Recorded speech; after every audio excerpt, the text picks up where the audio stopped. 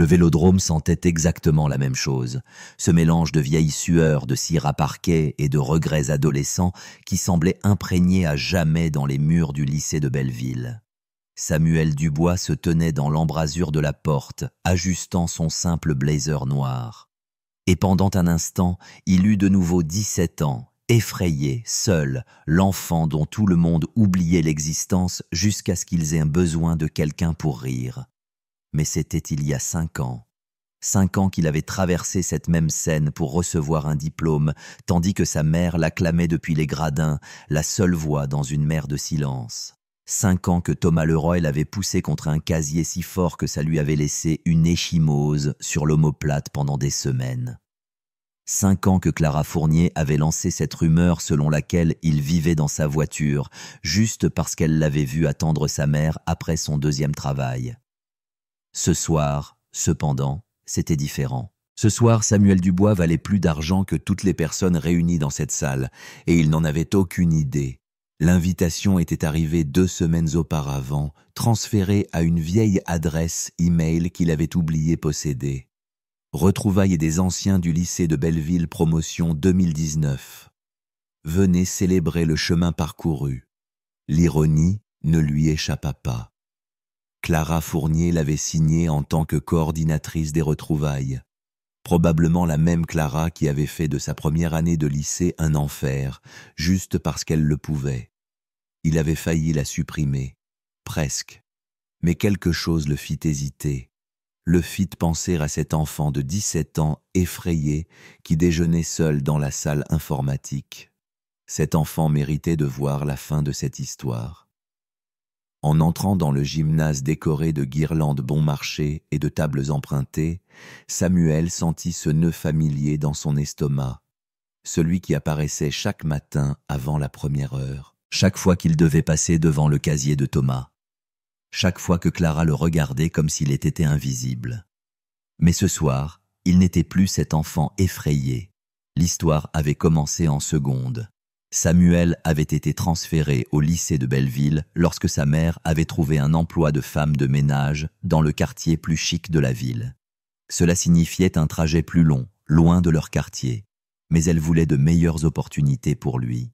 « L'éducation est la seule chose qu'ils ne peuvent pas t'enlever, mon chéri, » disait-elle, cumulant un 2e emploi de femme de chambre d'hôtel juste pour payer l'essence. Belleville était différent, tout était plus neuf, plus brillant, plus cher. Les enfants conduisaient des voitures qui coûtaient plus que ce que sa mère gagnait en 2 ans. Ils portaient des sacs à dos de marque et parlaient de résidences secondaires et de séjours au ski comme si tout le monde comprenait ces références. Samuel était intelligent, avait toujours été intelligent. Il pouvait résoudre des problèmes de calcul dans sa tête et avait appris des langages de programmation juste pour le plaisir. Mais l'intelligence n'importait pas quand on arrivait avec des vêtements de friperie et qu'on apportait son déjeuner dans un sac en papier marron, tandis que tout le monde achetait des salades à 15 € au centre étudiant. Thomas Leroy l'avait remarqué le premier. Quart arrière de 1,88 m, le genre de gars qui semblait rayonner de cette confiance particulière qui vient de ne jamais avoir à s'inquiéter de quoi que ce soit. Le père de Thomas possédait 3 concessions automobiles et Thomas s'assurait que tout le monde le savait. « Et le boursier ?» avait dit Thomas la première semaine, coinçant Samuel près des casiers. « Tu t'es perdu ou quoi, l'autre école est à 20 bornes par là. » Ses amis avaient ri, le genre de rire qui blesse plus profondément que n'importe quel cri. Mais c'est Clara Fournier qui avait vraiment perfectionné l'art de le faire disparaître. Chef pom-pom girl, reine du bal de fin d'année, la fille que tout le monde voulait être ou fréquenter. Elle avait cette façon de le regarder à travers, comme s'il était un meuble laissé au mauvais endroit. Quand elle le remarquait, c'était pire. « Oh mon Dieu, c'est la même chemise que tu portais lundi, disait-elle juste assez fort pour que ses amis l'entendent. C'est plutôt mignon, en fait. Très vintage. » Le mot vintage était devenu son arme préférée. Tout chez lui était vintage. Ses chaussures, son sac à dos, la façon dont il levait la main en classe. C'était sa façon de faire passer la pauvreté pour quelque chose d'original, au lieu de ce qu'elle était réellement la raison pour laquelle il travaillait les week-ends dans une station-service au lieu d'aller à des fêtes. La raison pour laquelle il faisait ses devoirs à la lueur d'une lampe, parce que l'électricité avait de nouveau été coupée. Antoine Moreau était le pire des intimidateurs, le passif agressif. Sa famille avait de l'argent du pétrole remontant à 3 générations, et Antoine brandissait cet héritage comme une massue. Il ne se salissait jamais les mains avec une confrontation directe. Au lieu de cela, il faisait des commentaires sur le fait que certaines personnes n'étaient pas vraiment du calibre de Belleville, toujours avec ce sourire qui n'atteignait jamais ses yeux. Les trois formaient ce triangle parfait de tourments. Thomas avec son intimidation physique, Clara avec sa guerre sociale, Antoine avec sa condescendance tranquille. Et Samuel avait appris à naviguer autour d'eux comme s'ils étaient des catastrophes naturelles, inévitables, destructrices, quelque chose à laquelle il fallait juste survivre. Le pire incident s'était produit en première. Samuel travaillait sur un projet d'informatique, restant tard au laboratoire car les ordinateurs y étaient plus rapides que tout ce qu'il pouvait se permettre chez lui. Il avait créé un programme capable de suivre les habitudes de dépenses et d'aider les familles à faible revenu à mieux gérer leur budget, quelque chose dont sa mère avait désespérément besoin. Thomas l'avait trouvé là vers 18 heures quand le bâtiment était presque vide.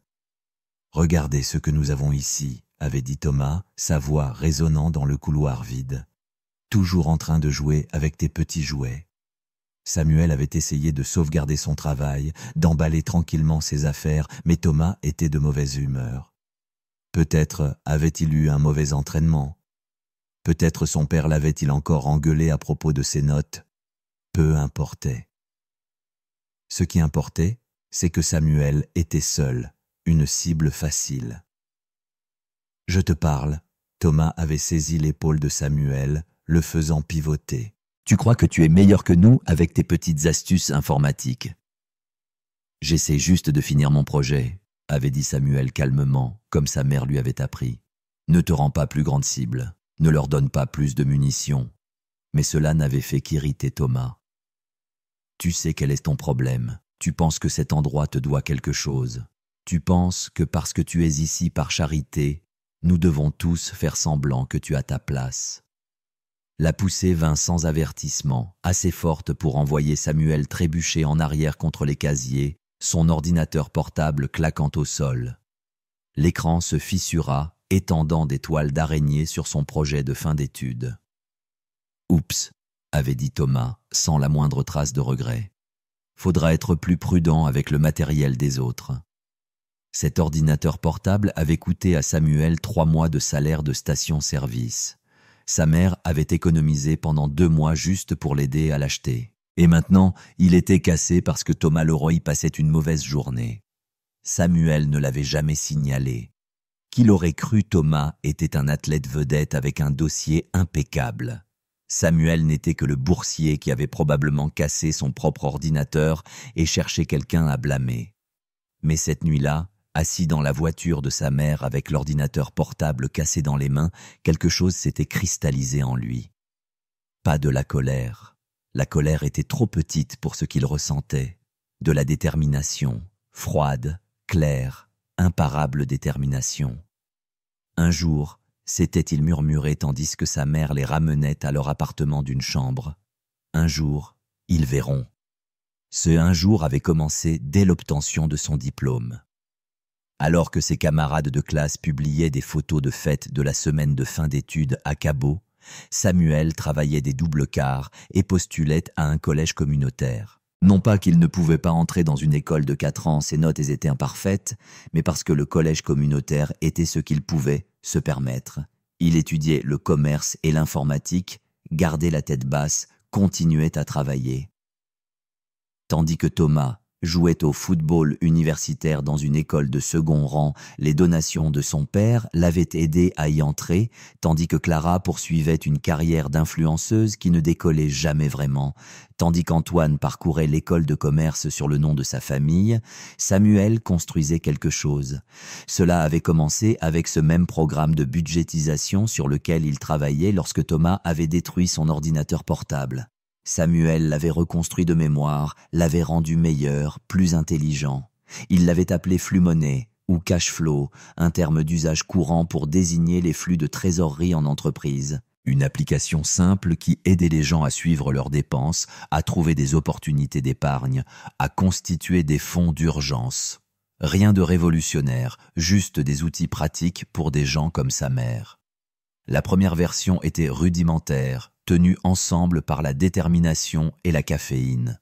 Samuel l'avait lancée depuis sa chambre, restant éveillé jusqu'à 3 heures du matin chaque nuit pendant 6 mois, corrigeant des bugs et ajoutant des fonctionnalités. Il avait 12 utilisateurs le premier mois, 50 le deuxième. Au 6e mois, il avait 5000 utilisateurs actifs, tous par le bouche à oreille. C'est là que la Silicon Valley l'avait remarqué. Les discussions d'acquisition avaient commencé lors de sa 2e année de collège communautaire. Goldman Sachs avait suivi les startups de la FinTech qui servaient les communautés sous-bancarisées et la croissance des utilisateurs de flux monnaie était impossible à ignorer. L'application n'était pas seulement populaire, elle changeait des vies. Les gens épargnaient de l'argent pour la première fois, construisaient un crédit, échappaient à des cycles d'endettement qui avaient piégé leur famille pendant des générations. Les chiffres étaient insensés. Des taux de rétention au plafond. Des témoignages d'utilisateurs qui se lisaient comme des lettres d'amour. Des conseillers financiers la recommandant à leurs clients. Et au centre de tout cela se trouvait un jeune homme de 21 ans, originaire du mauvais côté de la ville, qui avait construit quelque chose qui comptait vraiment. Goldman Sachs avait fait une offre, puis une autre, puis une offre finale qui fit trembler les mains de Samuel quand il la lut. 500 millions de dollars pour une acquisition complète, Samuel restant PDG de la division flux monnaie. Il avait appelé sa mère depuis la salle de conférence de Goldman Sachs, sortant pendant une pause toilette, son téléphone tremblant dans ses mains. « Maman, avait-il murmuré, nous allons être très, très riches. » Les papiers furent signés un mardi. Le mercredi, Samuel Dubois valait un peu plus de 100 millions de dollars. Le jeudi, il achetait à sa mère une maison avec le jardin qu'elle avait toujours voulu et payait les dettes médicales des traitements contre le cancer de sa grand-mère. Et à travers tout cela, il était resté discret. Pas d'annonces sur les réseaux sociaux, pas de voitures ostentatoires, pas d'appartements de luxe. Il continuait à vivre simplement, à travailler, à construire. La seule différence était que maintenant, lorsque sa mère s'inquiétait des factures d'électricité, il pouvait simplement sourire. L'invitation aux retrouvailles était restée dans sa boîte de réception pendant 2 semaines avant qu'il ne décide d'y aller. C'est sa mère qui l'avait finalement convaincu. « Mon chéri », avait-elle dit, levant les yeux du jardin qu'elle plantait dans leur nouvelle cour arrière. « Tu ne dois rien à ces enfants, mais tu le dois à ce petit garçon qui rentrait en pleurant. Il est peut-être temps de le laisser voir comment l'histoire se termine. » Alors, le voici, entrant dans le gymnase du lycée de Belleville comme s'il avait 22 ans au lieu de 17, portant un simple blazer noir qui coûtait plus que le loyer de la plupart des gens, mais qui ressemblait à quelque chose de Carrefour. Les vieilles habitudes ont la vie dure. Il avait appris très tôt que la meilleure façon de naviguer dans le monde était d'être sous-estimé. Le gymnase était bondé de visages familiers, tous plus âgés maintenant, la plupart plus doux sur les bords. Il reconnaissait des professeurs qui essayaient d'avoir l'air branchés. D'anciens camarades de classe serrant des verres et des badges nominatifs. Les mêmes groupes sociaux qui avaient régné au lycée se reformaient maintenant avec des alliances et des cartes de visite. Oh mon Dieu, c'est Samuel Dubois. La voix fendit le brouhaha de la foule comme un couteau dans le beurre. Clara Fournier. Clara Harper maintenant, selon son badge nominatif, se tenait près de la table des rafraîchissements dans une robe qui essayait trop fort d'avoir l'air cher. Elle avait pris du poids depuis le lycée. Non pas que cela importât, mais quelque chose dans son sourire suggérait qu'elle pensait que si. « Je n'arrive pas à croire que tu sois venu. » Elle s'approcha avec une sorte d'enthousiasme qui semblait répéter. « Tu as exactement le même look, toujours ce style vintage, je vois. » C'était ça, 5 ans plus tard, et elle utilisait toujours le même mot comme une arme. Mais Samuel se contenta de sourire. Le genre de sourire qu'il avait appris dans les salles de conseil, quand les gens le sous-estimaient là aussi. « Heureux de te revoir, Clara. »« C'est Clara Harper maintenant, dit-elle. » faisant scintiller une bague qui captait les lumières du gymnase. Marié à un avocat. Nous vivons en banlieue maintenant. Une grande maison, tout ça. Et toi, qu'est-ce que tu deviens ces jours-ci? Avant qu'il ne puisse répondre, une main lourde se posa sur son épaule. Thomas Leroy avait l'air plus vieux, le regard plus dur, comme quelqu'un qui avait passé 5 ans à découvrir que le lycée avait été le sommet et non la ligne de départ. Eh bien, eh bien, eh bien. Regarde qui le chat a ramené. La poigne de Thomas était juste un peu trop serrée, un peu trop familière. Samuel Dubois, j'ai entendu dire que tu étais toujours en ville, toujours chez maman. La question flottait dans l'air comme de la fumée autour d'eux. Les conversations se turent alors que les gens remarquaient la réunion des vieilles et dynamiques. Les amis de Thomas, toujours les mêmes visages, toujours à suivre son exemple, formèrent un cercle lâche qui ressemblait plus à un piège. « Je vais bien, Thomas. Tu as bonne mine. Ce n'était pas vrai. » Thomas avait l'air de quelqu'un qui avait fréquenté la salle de sport pour combattre la prise de conscience que ses meilleurs jours étaient derrière lui. Son polo était trop serré, son sourire trop éclatant. Tout chez lui criait qu'il essayait trop fort de récupérer quelque chose qui ne lui avait jamais vraiment appartenu. « Ouais, mec, ça cartonne. L'immobilier, c'est de la folie. J'ai 3 propriétés, une 4e est sur le point de se conclure. Tu devrais voir ma maison dans les collines. » La voix de Thomas portait cette bravade familière, le même ton qu'il avait utilisé pour décrire les voitures de son père, comme s'il s'agissait de ses propres réalisations. Antoine Moreau apparut comme s'il avait été invoqué, se tenant toujours avec cette marque particulière de confiance héritée. Ses vêtements étaient chers, vraiment chers, pas le genre de chair qui essayait trop fort, mais il y avait quelque chose de fragile en lui maintenant, comme de la porcelaine coûteuse avec des fissures capillaires. Samuel, mon vieux. La poignée de main d'Antoine était ferme, exercée, le genre de poignée de main qu'on apprend en école de commerce. Regarde-toi, mon ami, inchangé par le temps, c'est vraiment quelque chose. Les 3 étaient de nouveau ensemble, la sainte trinité de ses cauchemars de lycée, et soudain, Samuel eut de nouveau 17 ans. Pendant un instant, il sentit ce poids familier dans sa poitrine, cet instinct de se faire plus petit, de s'excuser de prendre de la place. Mais ensuite, il se souvint des relevés bancaires, des réunions de conseil, des emails de remerciements de mères célibataires qui avaient économisé leurs premiers milliers d'euros grâce à son application, le sentiment de signer un chèque pour payer l'hypothèque de sa mère. Alors, qu'est-ce que tu fais ces jours-ci? Clara se pencha avec une curiosité feinte qui ressemblait à un piège. Toujours dans les ordinateurs et toutes ces choses de nerd, quelque chose comme ça, dit Samuel simplement. C'est tellement mignon. Elle frappa des mains comme s'il venait de lui dire qu'il jouait encore avec des figurines. J'ai toujours dit que tu resterais fidèle à ce que tu savais. C'est bien d'avoir de la constance. Le mot atterrit exactement où elle l'avait voulu. Autour d'eux, d'autres camarades écoutaient maintenant, attirés par la dynamique familière. Certains avaient l'air mal à l'aise, comme s'ils se souvenaient d'avoir été la cible de ce traitement. D'autres avaient l'air amusés, contents que ce ne soit pas eux sous les feux de la rampe. « J'ai entendu dire par la rumeur que tu travaillais chez Darty ou quelque chose comme ça », dit Thomas assez fort pour que l'auditoire grandissant l'entende. « Support technique, c'est ça. Ça a du sens. Tu as toujours été bon avec ces trucs. » Samuel aurait pu le corriger, aurait pu sortir son téléphone à ce moment-là et leur montrer l'article de Forbes, la couverture de TechCrunch, les relevés bancaires. Cela les aurait fait pleurer. Mais quelque chose le retint, peut-être la curiosité. Il voulait voir jusqu'où ils iraient, peut-être la stratégie. Plus ils creusaient leur propre tombe, plus le trou serait profond. « Oui, j'aide les gens avec la technologie, » dit-il à la place, ce qui était techniquement vrai. « C'est très gentil, » intervint Antoine, sa voix dégoulinante de la condescendance naturelle aux personnes qui n'avaient jamais eu à travailler pour quoi que ce soit. « Vraiment admirable de rester à ta place comme ça. Tout le monde n'a pas besoin d'être ambitieux, tu sais. Quelqu'un doit faire les petits boulots. » Le cercle d'observateurs s'agrandissait. d'anciens camarades de classe qui se souvenaient de l'ancienne hiérarchie, qui regardaient pour voir si elle se réaffirmerait. Des professeurs qui fermaient les yeux sur l'intimidation, qui étaient maintenant mal à l'aise avec les dynamiques qu'ils avaient ignorées. En fait, dit Clara, sa voix prenant ce ton particulier qu'elle avait perfectionné au lycée, je pense que ce serait vraiment inspirant si tu partageais ton histoire avec tout le monde.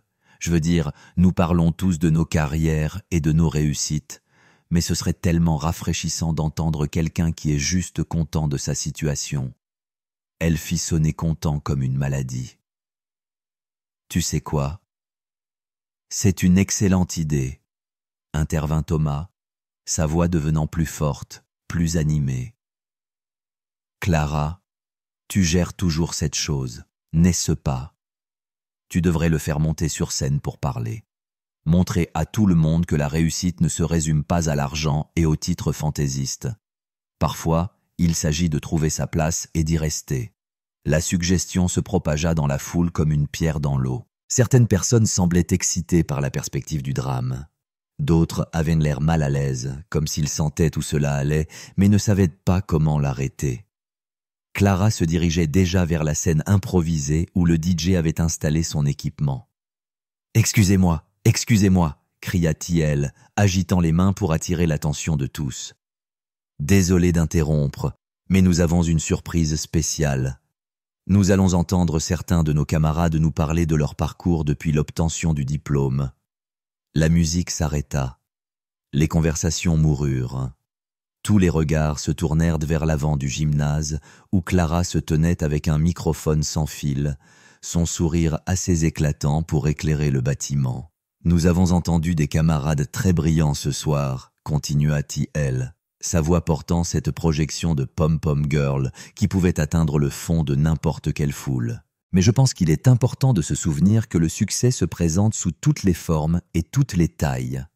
Certaines personnes deviennent médecins, d'autres avocats, d'autres entrepreneurs, et d'autres trouvent le bonheur dans des choses plus simples. » Elle se tourna vers Samuel, son sourire ne faiblissant jamais. « Samuel Dubois, voudrais-tu monter ici et partager ton histoire avec nous ?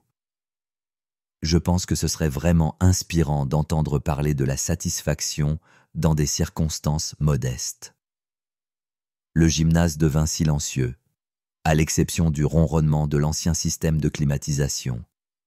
Tous les regards dans la pièce étaient fixés sur Samuel maintenant, attendant de voir ce qu'il ferait. Ils pouvaient sentir le poids de leurs attentes, la même curiosité cruelle qu'il avait suivie pendant 4 ans de lycée. Pendant un instant, il ne bougea pas. Une partie de lui, la partie qui avait encore 17 ans et qui était effrayée, voulait trouver une excuse et partir, se faufiler par la porte arrière et les laisser avoir leurs retrouvailles sans lui. Ce serait plus facile, plus sûr. Mais ensuite, il pensa à sa mère plantant des fleurs dans un jardin qu'elle n'aurait jamais cru avoir. Il pensa aux milliers de personnes utilisant son application pour construire de meilleures vies. Il pensa à cet enfant effrayé qui déjeunait seul et à la promesse qu'il s'était faite sur le parking il y a 5 ans. Samuel commença à marcher vers la scène. La foule s'écarta comme de l'eau alors qu'il se frayait un chemin. Les conversations reprenaient en chuchotement à son passage. Il pouvait entendre des fragments. « C'est brutal, et j'ai pitié de lui, et Clara est dure, même pour elle. » Mais il continua de marcher, son expression calme, ses pas assurés. Lorsqu'il atteignit la scène, Clara lui tendit le microphone avec un sourire qui semblait encourageant pour quiconque ne connaissait pas son histoire. « Prends ton temps, dit-elle gentiment. Nous sommes tous amis ici. » Samuel prit le microphone et regarda la foule.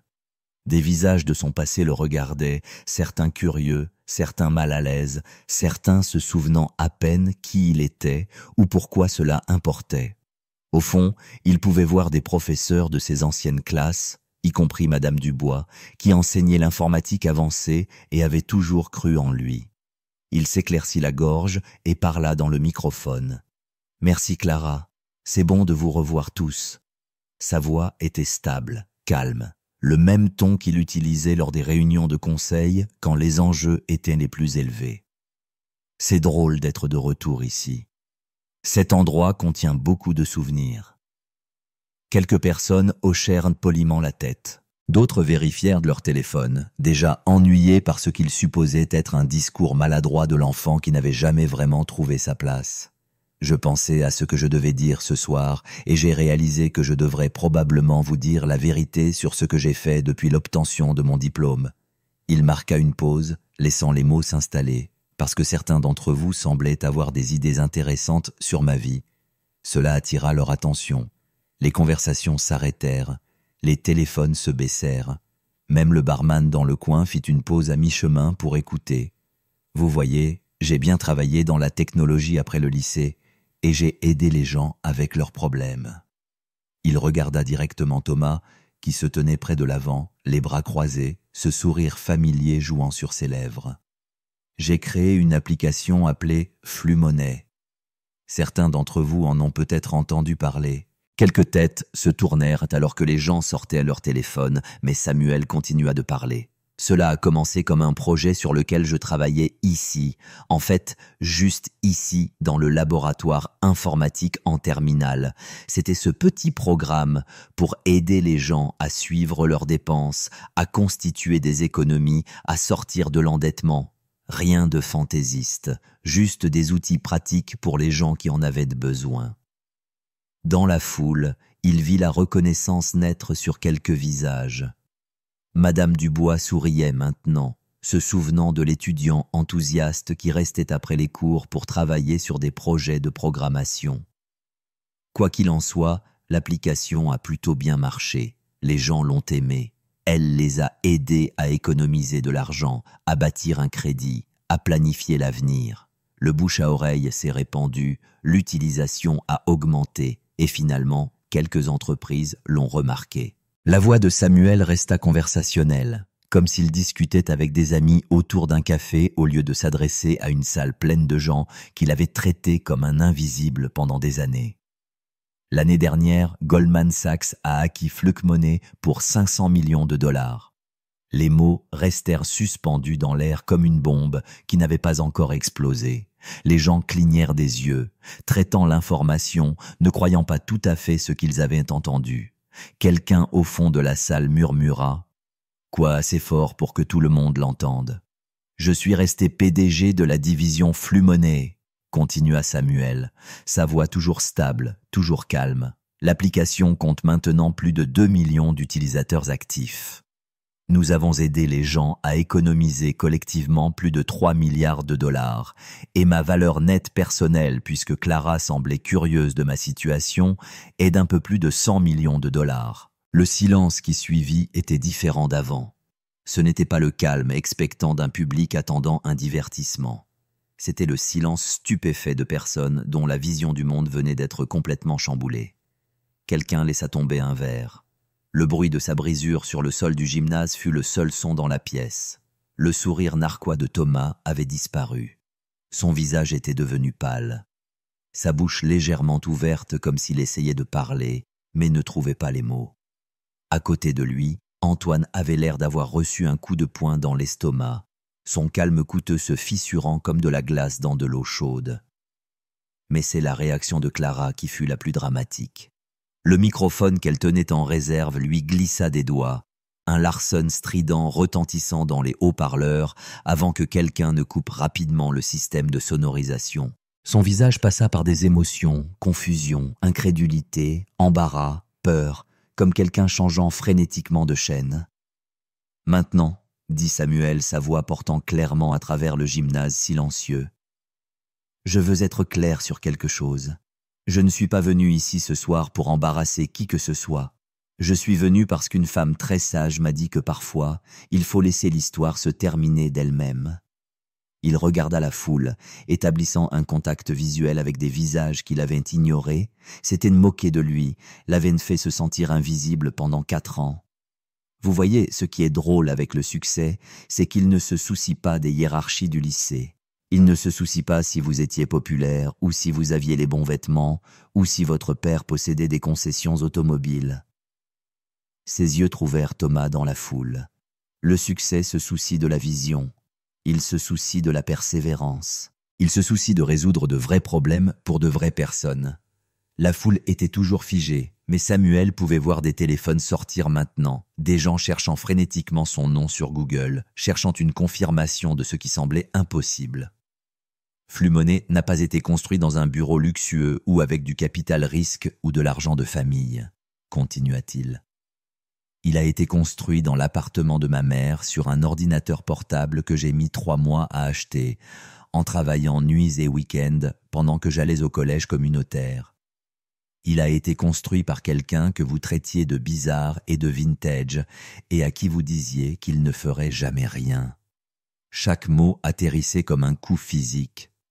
Clara recula même d'un pas, son visage rougit, alors qu'elle réalisait que sa cruauté occasionnelle était diffusée à une salle pleine de gens qui comprenaient rapidement l'étendue de son erreur de jugement. L'application que certaines de vos familles utilisent probablement pour gérer leurs finances a été créée par le gamin que vous poussiez dans les casiers, dit Samuel, son regard se posant sur Thomas.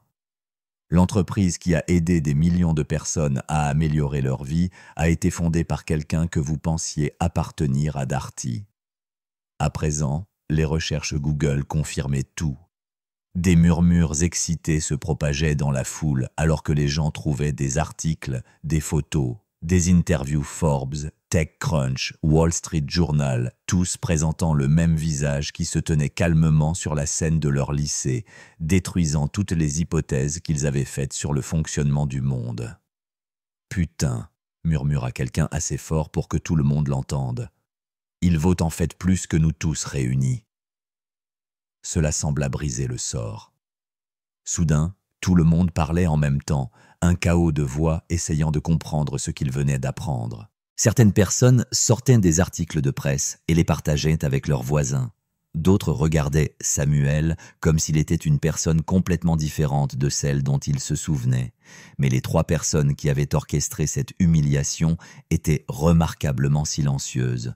Thomas se tenait figé, son visage parcouru d'émotions comme quelqu'un essayant de résoudre un problème de maths qui ne collait pas. La confiance qu'il avait portée toute sa vie d'abord grâce à l'argent de son père, puis à ses exploits sportifs, puis à la supposition que les dynamiques du lycée étaient permanentes, s'était complètement évaporée. Antoine faisait défiler frénétiquement son téléphone, vérifiant et revérifiant les résultats de recherche comme s'il pouvait les faire dire autre chose. Son sentiment de supériorité hérité s'effritait en temps réel alors qu'il réalisait que le gamin qu'il considérait comme n'étant pas du calibre de Belleville valait maintenant plus que l'argent du pétrole de sa famille. Et Clara avait l'air d'aller être malade. La femme qui avait bâti son identité sur le fait d'être meilleure que tout le monde, qui avait passé 5 ans à croire qu'elle s'était bien mariée et avait avancé, tandis que ses anciens camarades restaient bloqués dans la médiocrité, découvrait qu'elle avait tout à fait tort. Mais ce qui se passa ensuite allait faire parler pendant des années. Thomas, désespéré de sauver quelque chose de l'épave de ses suppositions, s'avança. Son visage était rouge maintenant, en colère, comme un enfant à qui on avait pris son jouet. « Des conneries !» dit-il, assez fort pour que le microphone le capte.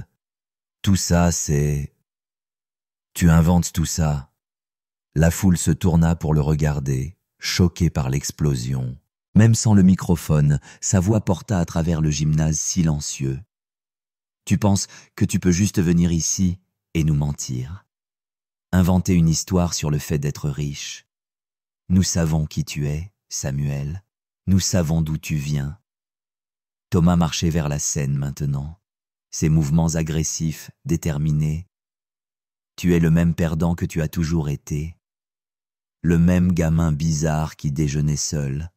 L'argent ne change pas ça. » Samuel le regarda approcher avec la même expression calme qu'il avait maintenue tout au long de la révélation.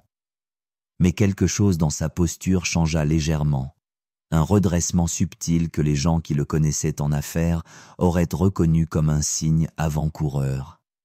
« Thomas, » dit-il doucement dans le microphone, « je pense que tu devrais t'arrêter. » Mais Thomas était allé trop loin, trop désespéré de maintenir le récit qu'il avait soutenu pendant 5 ans. « Tu veux savoir ce que je pense ? Je pense que tu as bricolé quelque chose sur ton téléphone et que tu espères que nous sommes tous trop ivres pour vérifier les faits. Mais nous ne sommes pas stupides. Le boursier. Il était près de la scène maintenant, assez près pour que Samuel puisse voir le désespoir dans ses yeux, la peur de quelqu'un dont toute l'identité était construite sur le fait que les autres étaient plus petits que lui. « Descends de notre scène », grogna Thomas, tendant la main pour attraper la cheville de Samuel. « Ce sont nos retrouvailles, pas ton petit spectacle fantaisiste. » C'est là que ça s'est passé. La première poussée fut assez forte pour faire trébucher Samuel en arrière sur la petite estrade. La foule haleta collectivement, certaines personnes s'avançant comme pour intervenir, d'autres sortant leur téléphone pour enregistrer ce qui était clairement sur le point de devenir quelque chose de bien plus grand qu'une simple réunion d'anciens élèves. « Thomas, non !» cria quelqu'un, mais il était trop tard. La deuxième poussée fut plus forte, destinée à faire tomber Samuel complètement de la scène. Mais Samuel était prêt cette fois. 5 ans de succès ne l'avaient pas ramolli. Au contraire, cela lui avait appris à tenir bon quand les gens essayaient de le bousculer. Au lieu de tomber, il attrapa le poignet de Thomas. « Ça suffit », dit Samuel, sa voix portant clairement à travers le microphone qui était toujours accroché à sa chemise. Sa prise était ferme, contrôlée, la force de quelqu'un qui avait appris que le pouvoir ne venait pas toujours de la taille ou du volume. Mais Thomas avait dépassé le point de non-retour. Des années à voir sa vie ne pas être à la hauteur de sa promesse de lycée. Des années à réaliser qu'être un gros poisson dans une petite mare ne signifiait rien dans le monde réel. Des années à regarder d'autres personnes réussir pendant qu'il luttait. Tout cela se déversa en un moment de rage. Il tenta un coup. Le coup de poing était désordonné, désespéré, le genre de coup de massue lancé par quelqu'un qui n'avait jamais vraiment eu à se battre pour quoi que ce soit, mais qui était trop en colère pour se soucier de la technique. Il toucha Samuel à l'épaule, le faisant pivoter, mais sans le faire tomber. La foule éclata. Des gens criaient, certains essayant de se rapprocher pour arrêter la bagarre, d'autres s'éloignant de ce qui était clairement sur le point d'empirer. Le DJ essayait frénétiquement de rétablir l'ordre, mais sa voix était perdue dans le chaos. C'est alors que le calme de Samuel se fissura finalement. Non pas à cause du coup de poing, il avait reçu des coups plus durs de la vie que tout ce que Thomas aurait pu lui infliger, mais parce qu'à cet instant, en regardant cet homme adulte faire une crise de colère parce que le monde ne s'était pas organisé selon ses attentes, Samuel vit chaque intimidateur qu'il avait jamais affronté, chaque personne qui avait essayé de le rendre plus petit pour qu'il puisse se sentir plus grand. Chaque instant où on lui avait dit qu'il n'appartenait pas, qu'il n'importait pas, qu'il ne ferait jamais rien. Et soudain, 5 ans de patience, de professionnalisme et de l'autre joue prirent fin. Samuel descendit de la scène, sans passer par les marches. Cela aurait pris trop de temps. Il sauta directement devant Thomas, atterrissant légèrement sur ses pieds, avec une agilité qui surprit tout le monde, y compris lui-même. « Tu veux faire ça ?» demanda Samuel, sa voix mortellement calme, mais toujours capté par le microphone. Ici, devant tout le monde, Thomas, désormais engagé sur une voie dont il ne pouvait plus reculer, leva les poings comme si c'était un film des années 80. « Allez, le boursier, voyons ce que tout cet argent t'a acheté. » Ce qui se passa ensuite dura peut-être 10 secondes, mais allait être rejoué sur les réseaux sociaux pendant des mois. Samuel ne porta pas de coup de poing, il n'en avait pas besoin. Au lieu de cela, il sortit son téléphone, non pas pour appeler à l'aide, mais pour ouvrir une application. Son application, la même application Flux-Monnaie que Thomas venait de passer 5 minutes à prétendre qu'elle n'existait pas. « Tu veux une preuve ?» dit Samuel, tenant le téléphone pour que la foule puisse voir l'écran. Voici la preuve. L'écran affichait son tableau de bord professionnel, des statistiques d'utilisateurs en temps réel, des chiffres de revenus, et juste en haut, en chiffres trop grands pour être falsifiés, le solde de son compte personnel. 127 847 293 K41 €. C'est mon compte courant, dit Samuel calmement, tandis que les poings de Thomas s'abaissaient lentement et que son visage devenait complètement blanc. Mon compte courant, Thomas, pas ma valeur nette, pas mon portefeuille d'investissement. Mon compte courant. Le silence qui suivit fut absolu. Même la climatisation sembla cesser de ronronner. « Tu m'as poussé dans un casier parce que tu pensais que j'étais inférieur à toi », continua Samuel, sa voix portant jusqu'à tous les coins du gymnase. « Tu as cassé mon ordinateur portable parce que tu pensais que je n'avais pas ma place ici. Tu m'as appelé le boursier, comme si c'était quelque chose dont il fallait avoir honte. » Il se tourna pour s'adresser à toute la foule. Sa voix s'éleva légèrement, mais ne perdit jamais son contrôle. « Mais voici ce que vous n'avez jamais compris. Cette bourse. Ce n'était pas de la charité, c'était un investissement. Un investissement en quelqu'un qui allait changer le monde pendant que vous essayiez encore de comprendre comment changer un pneu. » La foule était complètement silencieuse maintenant, suspendue à chaque mot. Ce gamin bizarre qui déjeunait seul. Il construisait quelque chose, ce perdant que vous avez tous oublié. Il apprenait. Ce garçon dont vous pensiez qu'il ne ferait jamais rien. Il devenait l'homme qui emploierait plus de personnes que toute cette promotion réunie.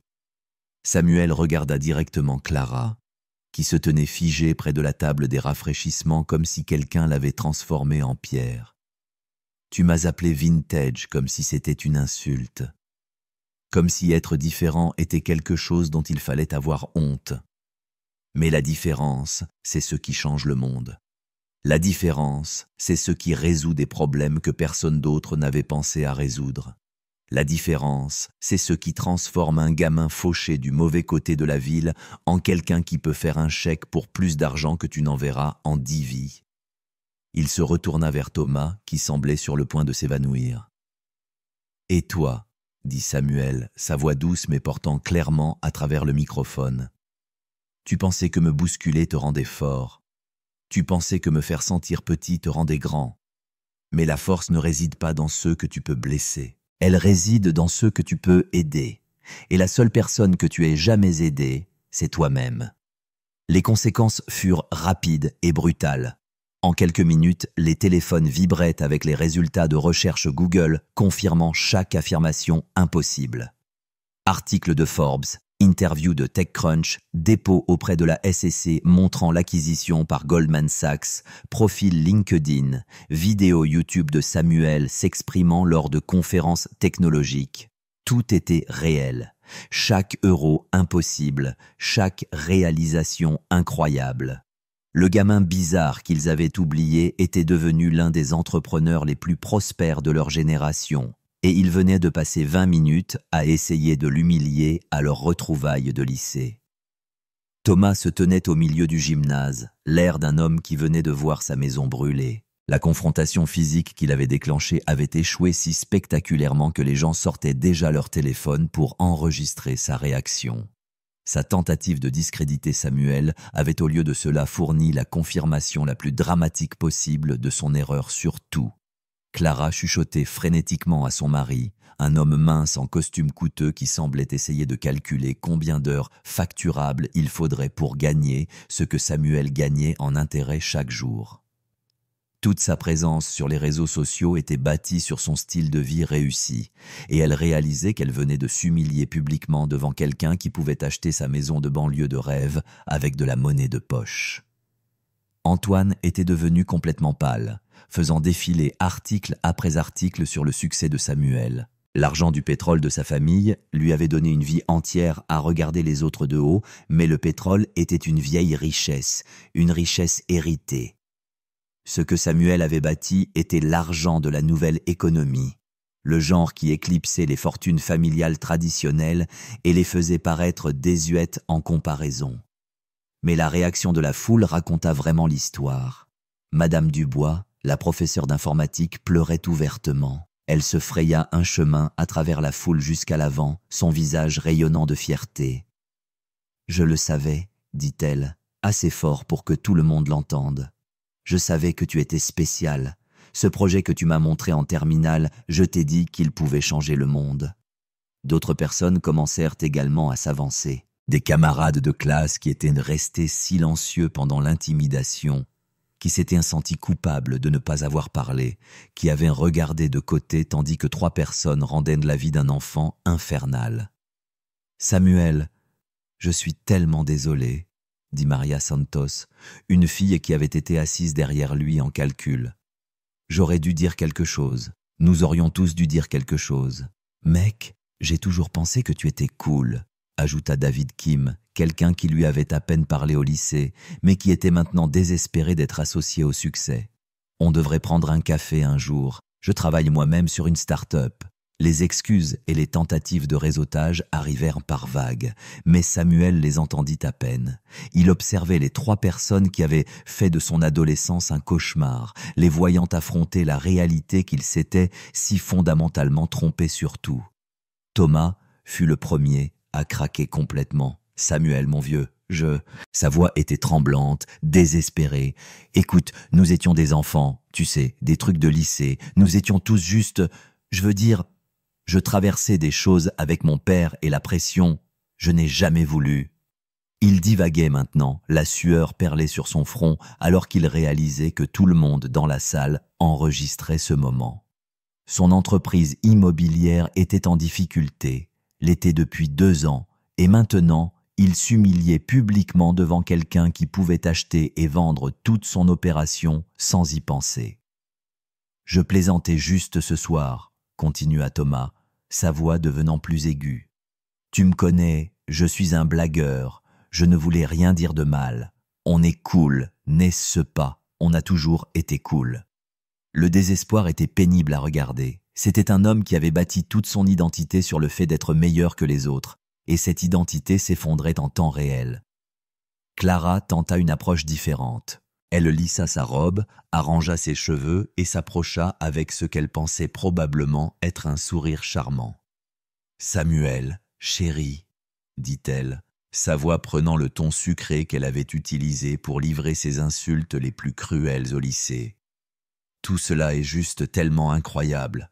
Je veux dire, j'ai toujours su que tu étais spécial. Tu te souviens comment je t'appelais vintage? C'était parce que je pouvais voir que tu étais classique, intemporel. Je te faisais en fait un compliment. » L'histoire révisionniste était époustouflante dans son audace.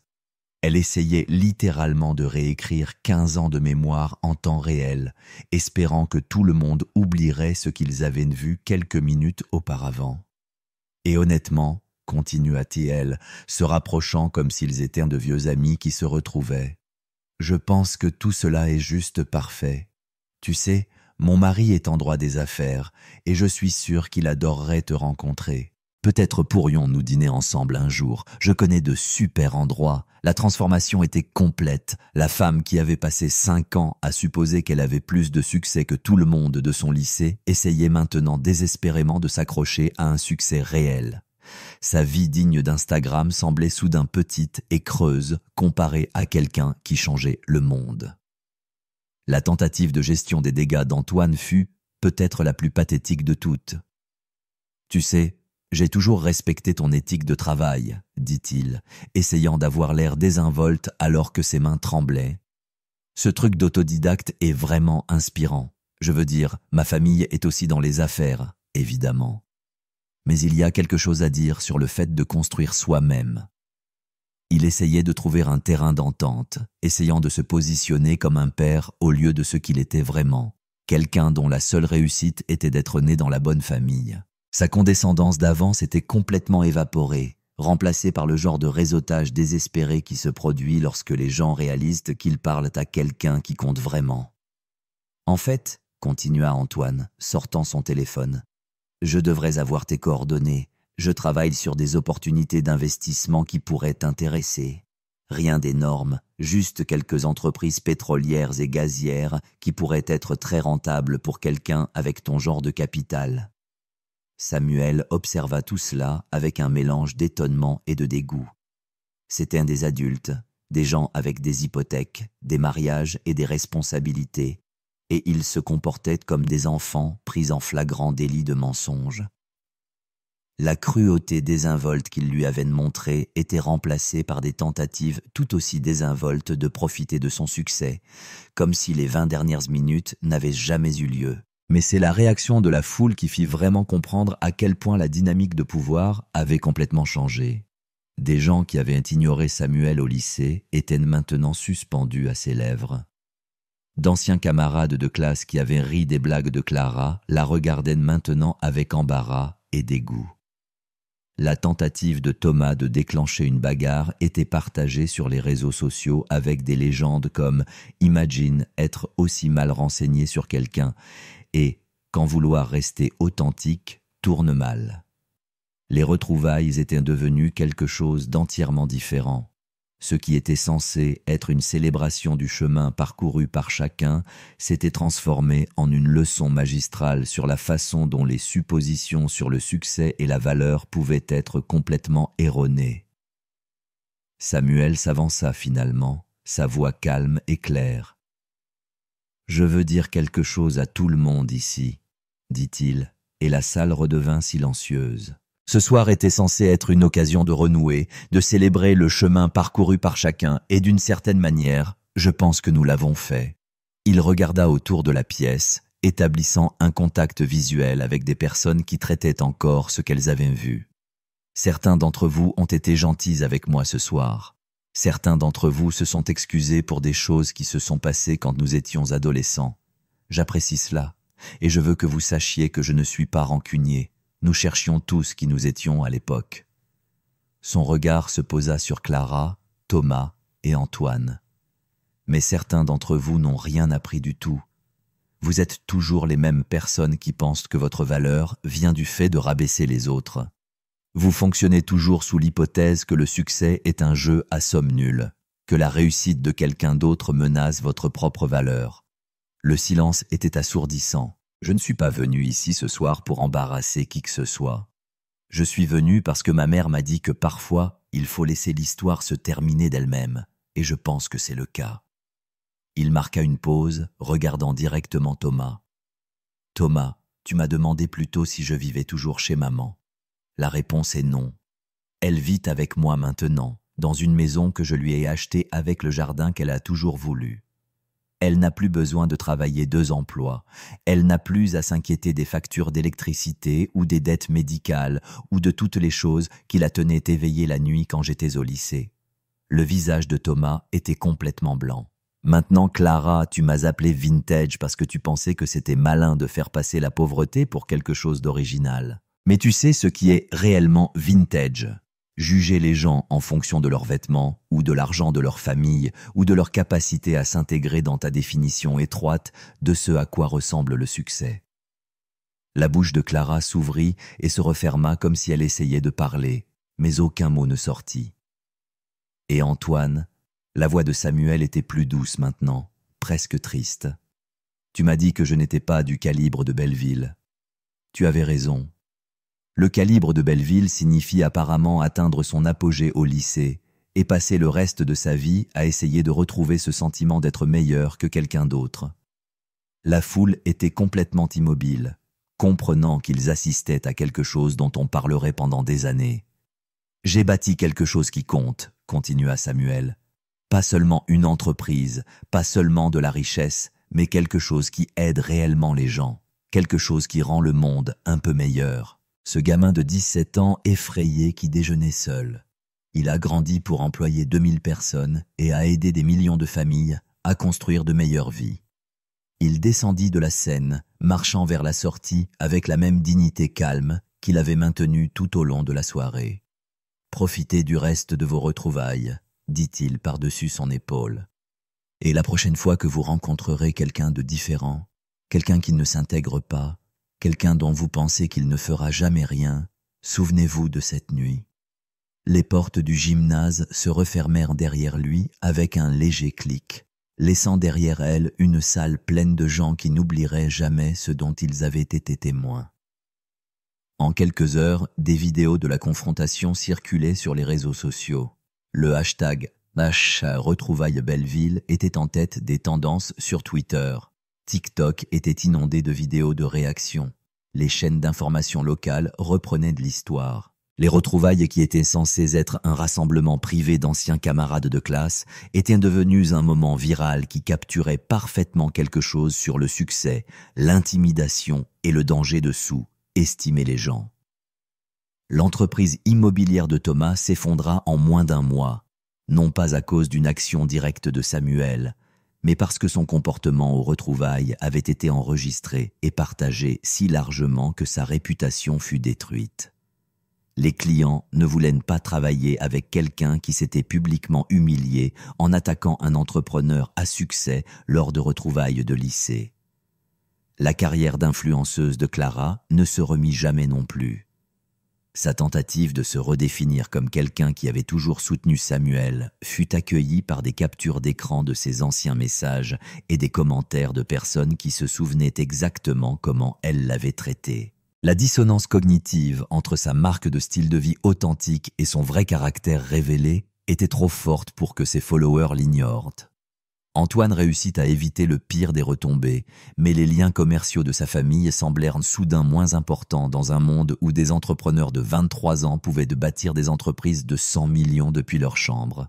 Et Samuel, il rentra chez lui, dans la nouvelle maison de sa mère, s'assit dans son jardin et lui raconta sa soirée. « Je suis fière de toi, mon chéri, » dit-elle en lui serrant la main. « Pas à cause de l'argent, pas parce que tu leur as montré.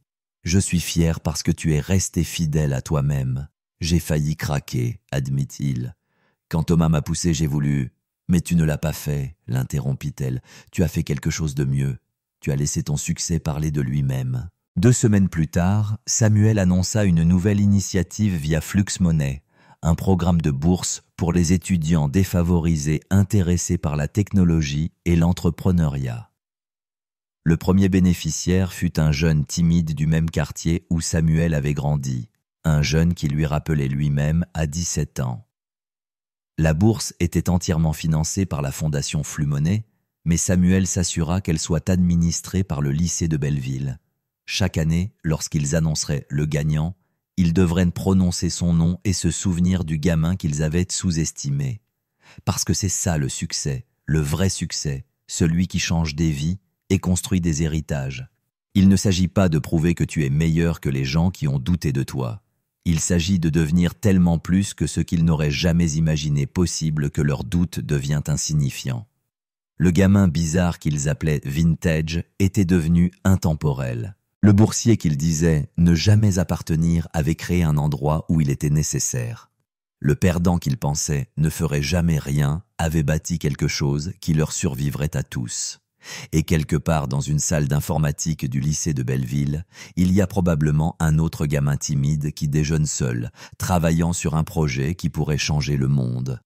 Peut-être que quelqu'un essaiera de le pousser dans un casier ou deux. Peut-être que quelqu'un le traitera de bizarre, de différent ou de vintage. Mais maintenant, ce gamin a un exemple à suivre. Une histoire qui prouve qu'être différent n'est pas une faiblesse. C'est une superpuissance qui attend d'être libérée.